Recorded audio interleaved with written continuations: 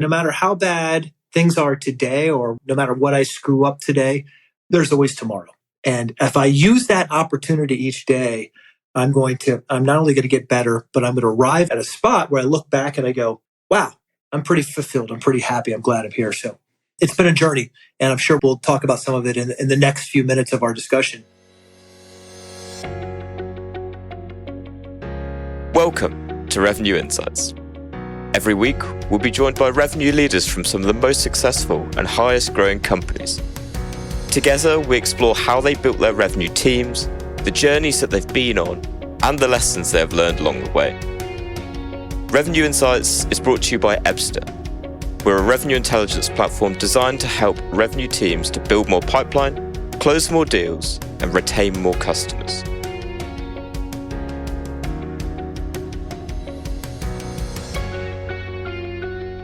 Hello there, listener. You are listening to Revenue Insights. Today, I'm joined by Dan Waldschmidt. He's the Chief Revenue Officer over at Panzura. Dan, it's a pleasure to speak with you. Thanks for having me today. I'm excited to be here. Yeah, really excited to dive into things. Even just looking through your LinkedIn, there's so many interesting ways that I think this conversation can go.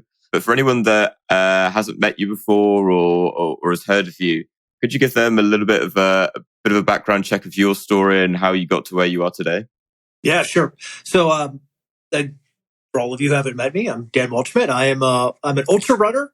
I'm a chief revenue officer of a Silicon Valley cloud company that's disrupting the storage space. Inc. 5,000 leader now, as of a couple months ago. That's really amazing. 10th person on the planet to complete the Everest Challenge.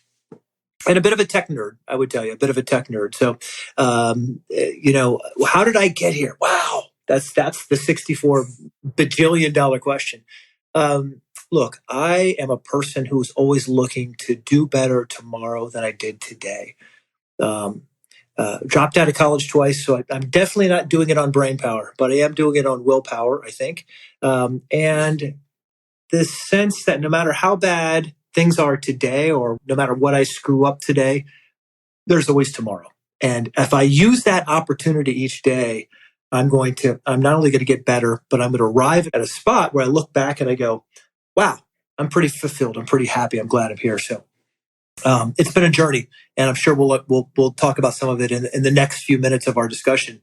But I think how I got here is sort of a commitment to always getting better. Which, by the way, if you're in the business of sales, is the only mindset that I've found that helps me weather the storms. Because 2 years ago in 2020 we had COVID, and everything went topsy-turvy. People went home. People got fired. People got laid off. Governments gave us money to sort of patch things along and duct tape along. Fast forward 2 years, and now we have these economic headwinds. China has COVID again, apparently. And people are nervous, and Russia's at war, and we don't know what's happening. Trump's running for president again. People are throwing up their hands and sort of bailing water out of the boat, trying to. And the reality is, look, hey, there's always going to be obstacles. There's always going to be craziness. If you're in the business of revenue, there will always be a headwind against you, always. But it's on us leaders to sort of keep our heads straight and just improve on a daily basis. I think that actually kind of sets up for a really nice way that we can start to take this, because, from your experience in your career, looking back to, a period like 2008 when, there was also severe kind of headwinds that sales teams were running through to. Having been through that period and knowing what you know now, and I think something that we'll talk a lot around is kind of things that you have learned of, how do we do better every day? Having been through a period like that before, what are you taking from that into the kind of the next 12 months ahead? How are you planning for your teams and your approach to actually prepare for what is going to be a lot of unpredictability? Yeah. So lesson number one is don't do stupid shit. So here's what I mean by that. I think it was my mother who said to me, if you can't do something brilliant, don't do something stupid. There's a lot of things we do that are stupid in business. We hire, but don't train. Okay, stop doing that. Train people, invest in onboarding, invest in knowledge systems. By the way, if you want to read an amazing book, I think it's Enemy at the Gate. Stephen Prescott and talks about the Spartans and how they would shine their shields and they would teach the young, Spartans how to sort of live in the culture. We in sales, we recruit and we tell people, hey, Lee, this is going to be amazing. Come join us. Let's do this. We're going to change the world. We hire you, and then we forget about you. And then 6 months later, we come and yell at you because you haven't produced revenue. And so, okay, let's not do dumb shit. Hire people, onboard them well, right? Pay people what they deserve, right? So that's dumb. It's stupid to hire someone and then underpay them or stiff them on their commission or try to play all these hijinks. So, okay, without getting into a negative track here, there are a few things we do in revenue that are just unacceptable. And in a moment where there's these economic headwinds, there's some fear and doubt and uncertainty in the air, use that moment to just look at what are all the things that we're doing that haven't made sense, but we never stopped to clean them up, right? You're growing. And it's we'll fix it later. We'll fix it later. We're growing. We're this rocket ship is screaming to the moon. We don't have time to fix up our comp plan. We don't have time to fix up our recruiting plan. Now's the time. Now is the moment where you may not be growing as fast and you have moments to dig in on things like training and hiring and all the different things that, will lead to long-term success if you do it right. Are there, can you kind of dig into, what some of those kind of, some of those common mistakes are? What some of the common things that you see? I know that you do, I believe you do some consultancy with other like sales and revenue leaders, right? So from your perspective then, what are the common things that you see that bubble to the surface more frequently than not? Yeah, so one of the biggest mistakes we make in sales is we assume that people solve problems, not process. And it's always process that solves problems. Now, don't get me wrong, there are superstars out there, and certainly everyone listening probably has one, maybe two on their team. But the reality is if you're going to grow successfully, scalably, predictably, then you're going to need an army, right? A small army, medium-sized army, big army. Let's not debate the size, right? Depending upon where you're going and the size of your investment into sales, you're going to need an army.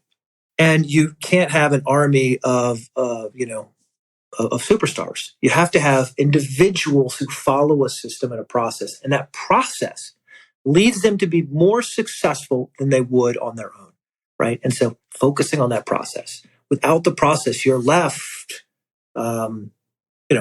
chasing one superstar to the next. And the challenge with hiring salespeople is, we've all experienced this. You go to hire someone and it's like, oh, I'm the greatest thing since sliced bread. Well, why? Well, I did this and I did this and I did this and this. And it's like, well, why am I hiring you then? Why aren't you the president of Exxon, right?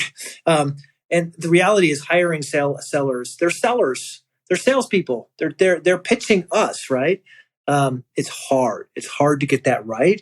And we often screw it up. The reality is, we just need to do a better job as team members of making sure that our process, the process that guides us is in tune to what a normal individual in sales would be doing on a daily basis. Mm-hmm. And I'm interested to know, in terms of perhaps more anecdotally, in terms of Panzura and what you've got planned for next year, what does the process look like for you guys? What have you kind of built and how are you aligning your sales teams behind it to kind of carry you into, I would assume, not only retaining revenue next year, but also starting to grow it?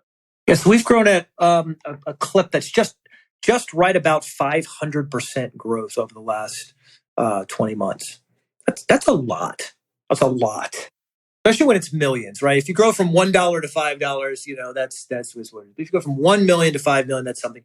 If you start doing tens of millions and millions, that's something that's commendable. So the team's incredible already. A couple of things we did this year is that we focused on leadership. Again, I'm sort of dog fooding what I'm telling everybody else. We focused on leadership. So I went out and recruited an SVP.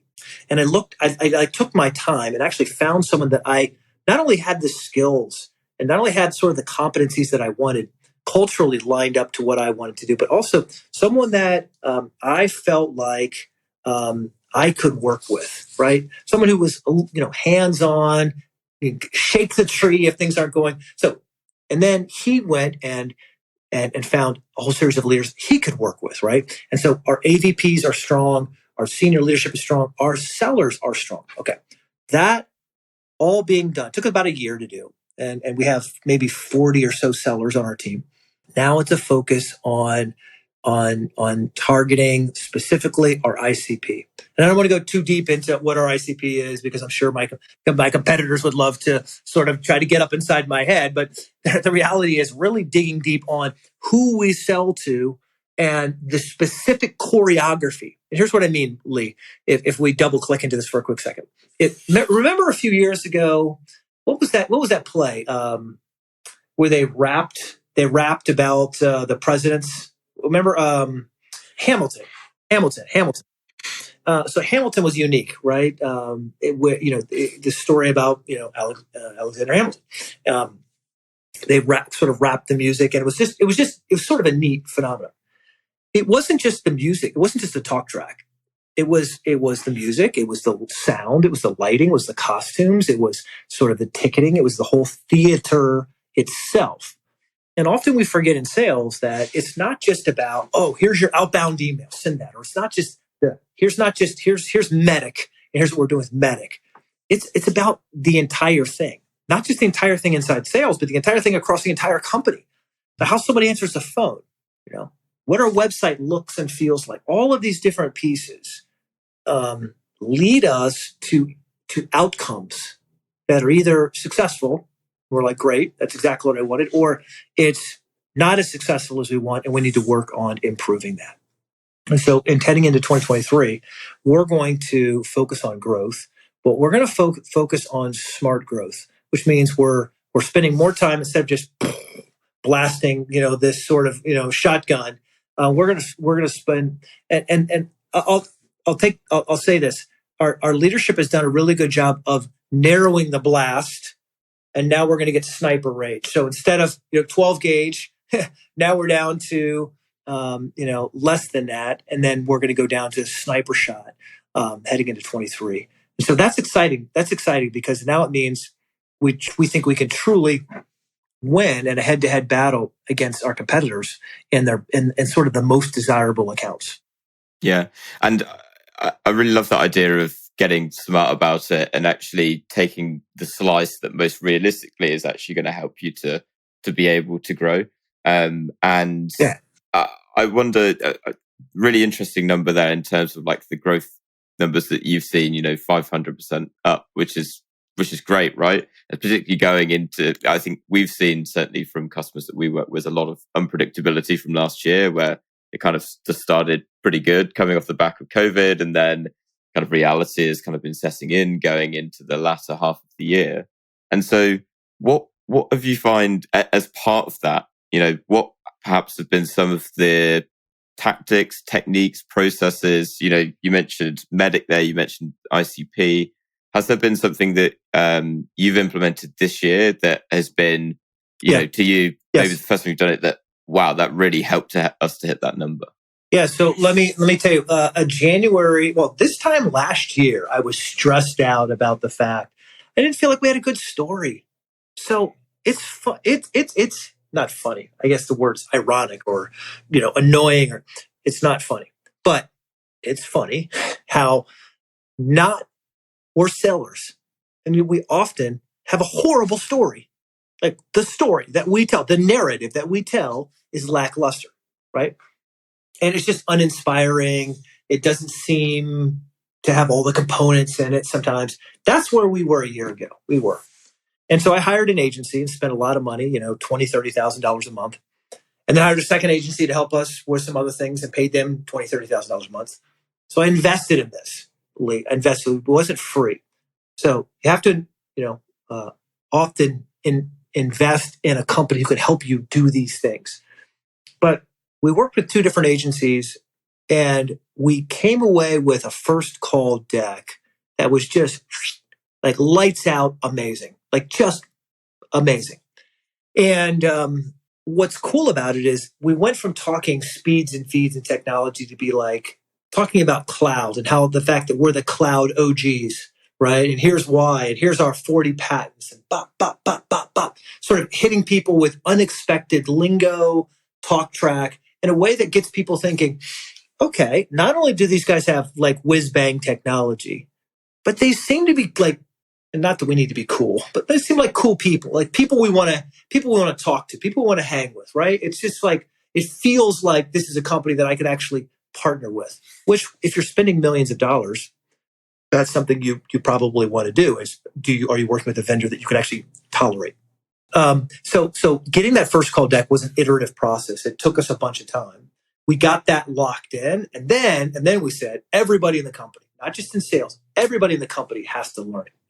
And once we did that, we then said we're going to have a competition, and if whoever wins gets $5,000. And so we had people pitch, and then once they pitched, we gave out money to the people who ended up winning, and it was, I think we actually gave out a second and third prize too because they were so good. Some of the top ones were so good. People learned it and embraced it, and guess what? Now everybody knows what we do as a company. I really love that. Storytelling is very close to my heart, I'd say. Coming at it from a marketer's lens, and it's something that in particular, at Epson we've been working on a lot. For us, we've got three, fairly distinct products, and when you've got 15 minutes, tops to try and explain to someone what we do, it's like, okay, how does that all connect together? And it was only through storytelling, much like you kind of described there, which actually helped to put it into perspective, right? And I think what's been interesting from my side, to the point that I want to pick up on there, where you've kind of, I wonder how you got the adoption of that. So often it's, kind of senior leadership in the white ivory tower per se, and it's here you go, guys, this is what I need you to be doing. And to reps on the front line, what it can be like. It's, well, I've been doing absolutely fine. I've been hitting my quota. Why do I need this? So perhaps to that specific example, or even to like maybe a bit more broader examples, how are you getting your sales teams on the front ground to actually adopt a lot of the initiatives that you're pushing forward with? So I think one, we just say that it's got to be done, right? I mean, I don't want to be overly simplistic, but it's just mandated. It's non-negotiable. But behind the non-negotiable language, which can be often strident, is people want to know purpose. What's the purpose of this? Why? Who cares? I'm doing my job, and now you're telling me I got to do a second job or something else on top of that. Why? So you have to walk them through that. You have to say, listen, we all know this thing called first impressions, right? We know first impressions. We know that first impressions matter. You make judgments based on your first impression of people. Now, can people unwork those? Yes. But listen to what we said. Can you unwork those? It requires extra work to sort of reset someone's expectations of you. So let's imagine a world where the first perception of us is the best perception, right? It's the right perception. And so that's where, that's where the FCD, first call deck for us, is going to solve things. We're going to tell a story that people go, oh, wow, that is exactly who I want to work with. And that is their thought process from the beginning all the way through the end of this journey. So again, it's narrative. Again, it goes back to what you asked about earlier. It's, you have a story that you're telling, and part of the story is done internally. It's about why this matters. This matters because if we don't do this now, in this moment, with the right level of purpose and intensity, we're going to do it 50 times after this. And it's never going to be quite as good as if we did it right the very, very first time. So let's get right at that first time and save ourselves 50 other times of trying to fix it. Yeah, I love that. Dan, something that I wanted to touch on was you kind of mentioned it at the top of the show. You're an ultra runner, which is obscene level distances. And what I'm interested to kind of move this in the direction of is for a sport such as that, is so much of it is around resilience and really being in the top kind of what 1% of runners really to be covering such distances. In using that as an example, and I think we can go into that a bit more as we talk, to put that in a sales perspective, how valuable have you found that as a kind of endeavor and activity? And what have you learned from ultra running that you actually carry into your day-to-day, into your work, into the job that you do? So running from a physiological level, let's not even talk like hypotheticals or like parallels or things like that. Parables. What's the parable of the runner to the parable of the seller? Look, at a just a very real level, there is something about intense exercise that salves the soul, right? It heals you. It heals your mind.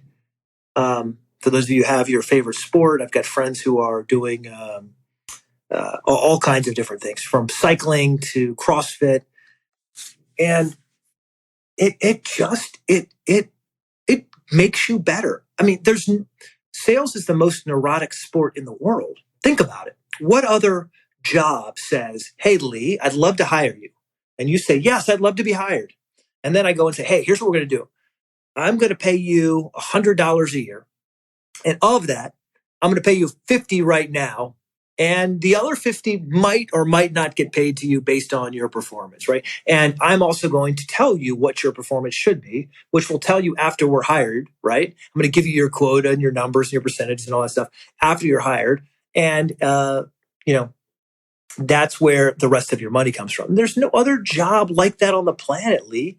I mean, it's sort of, besides being the owner of the company yourself directly, there's just no other sort of position to be in that's like that. So it's tough mentally. You're in a headspace where, you have to show up every day and earn your stripes. You do. So running lets you, for me, take a moment and just take that rage, take the frustration, take the feelings of inadequacy or self-doubt, and just pummel it through, hitting the pavement, for 8 miles or 10 miles a day, to just be renewed, right? So that's Lee, I think for me, it's less about, resilient as a runner, resilient as a seller. I think it's more about using that as a tool to just be a better Dan. And a better Dan is automatically going to be a better seller. I love the word that you use there as a tool. And I was kind of noting down, almost as a tool to be used. I'm interested to know from your perspective, when you look at, and perhaps in teams that you've managed and that you've led, what perhaps are the three key things that differentiate a high performing team, that's consistently hitting and beating their quota number, and those low performers who, are falling a little bit short? What are those common threads that you see that really differentiate the best from the best? Three things: focus, mission, details. So let's talk about each three really quick. Focus, mission, details. Focus. You can't do everything. You've got to focus on what matters. The high-performing teams know what matters, and they focus on it maniacally. They don't do 10 things. They do 2 things. They do those 2 things with all the effort of that small company running around doing 10 things half-ass, right? They do 2 things really, really, really, really well, okay? So that's one thing, is focus. Number 2, mission. They're not selling something. They're on a holy war, right? They're on a mission. And there's, the person who's selling you something, is kind of, you're pivoting, you're sort of all over the place. And a mission-driven person, like, man, they're like a dog with a bone. Like, you cannot stop them from getting what they need, where they want to go. It's a mission, right? And then number 3 is details. Okay. I hear often, and it's been a minute since I've been in consulting, right? Because I bought Panzura back in 2020. And so I've been heads down with this one company, but I would often show up and talk to people and they'd say, hey, Dan, I'm doing that. No, what you just told me to do, I'm doing. And I would say, no, you're doing something that may look or sound similar, but you're not doing what I asked you to do, right? You're sending an email. I'm saying send this email in this way at this time to this person. And you're saying, well, I'm already doing it. No, you're sending an email. and the details, the turn of the phrase, the color, the shape, the variety.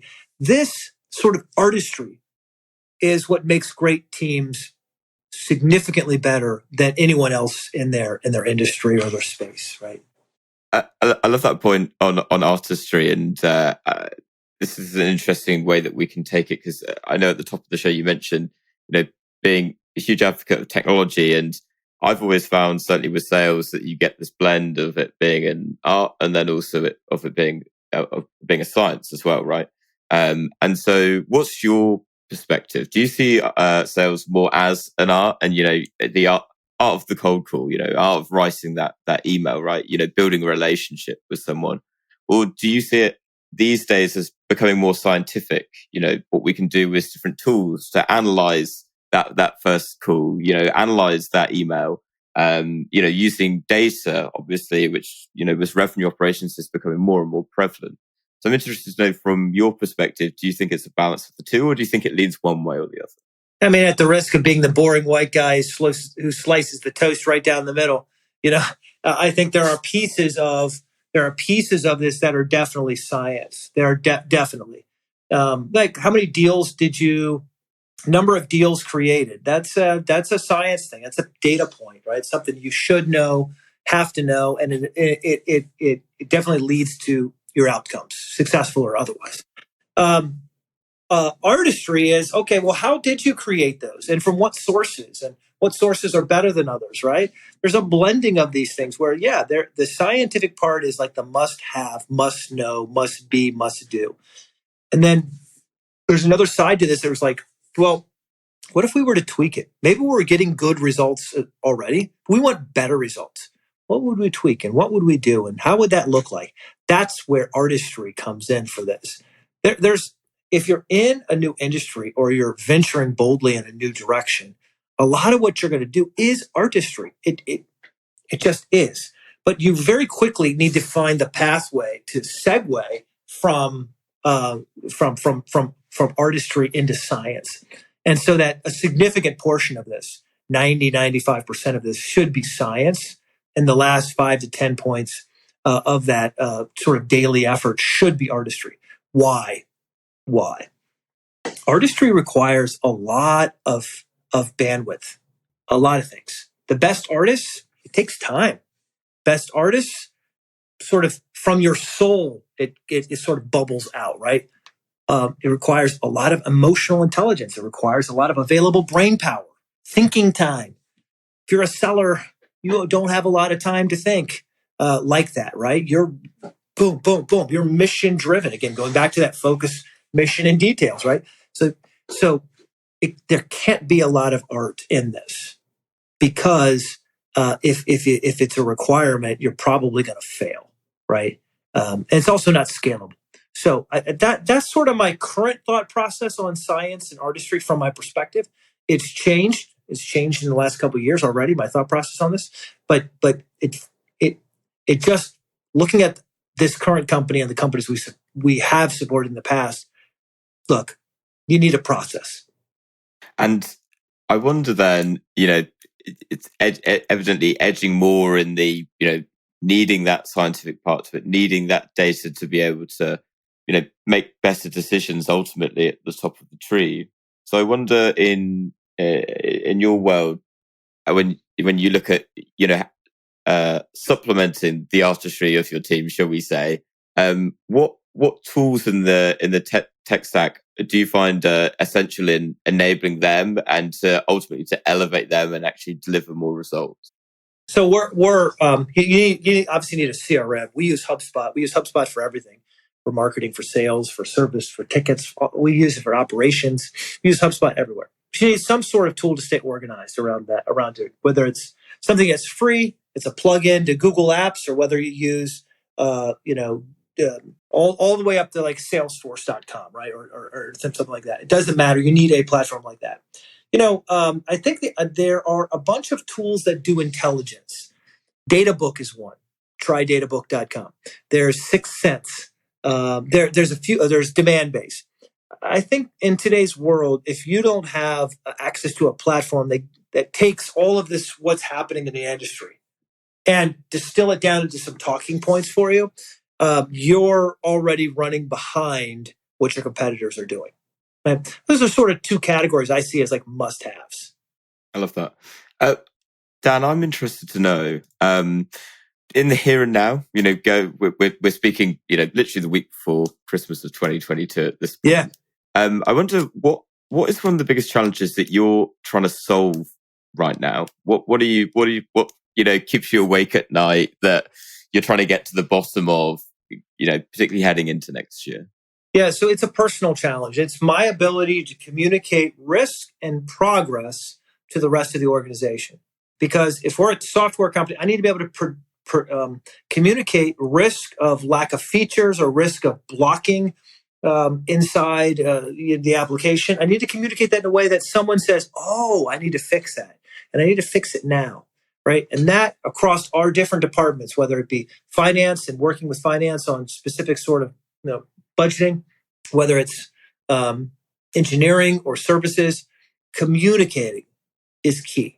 And I'm often so busy and so stressed that if I do have a conversation, it's like, I'm shaking someone about the throat rather than like calmly, quietly, logically walking them through the problem in front of us. So I think that's the current challenge that I have. How are you, out of interest, can you perhaps shed a light on how exactly you're trying to solve that at the minute? And I guess more specifically, by the sounds of it, how you're working on improving your communication skills to be able to get the message across to your different departments. Yep. So anytime I have a major objective like this, I normally go get help. So I'll normally either find a training program that I can deploy and use those skills, or hire a coach. I mean, I could figure it out on my own by trial and error, but when you have something like this that's urgent, it feels like you shouldn't sort of take this cavalierly, right?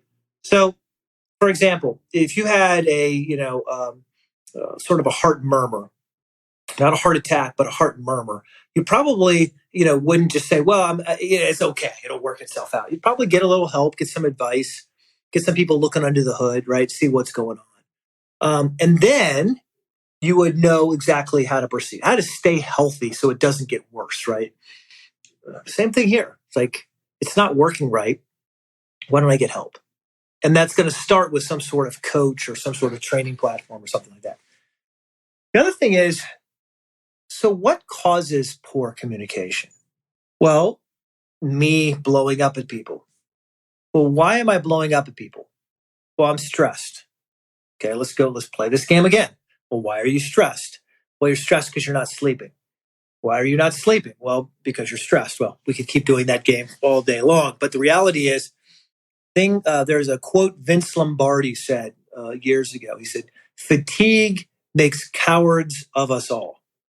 In other words, you're not sleeping enough. You're just not, you're not making good decisions. So, okay, well, what if my communication were directly linked in some way to my sleep? So maybe my real goal is, hey, I'm going to go sleep. I'm going to make sure I get at least 5 hours of sleep a night, right? And then what if I said, wait a minute, it's not just sleep, but it's running. And running helps me clear out some of my frustration. So now I'm clear-eyed from sleeping, and now I'm frustration-free, or less frustrated, from running. And now step 3 is, now let me go communicate, right?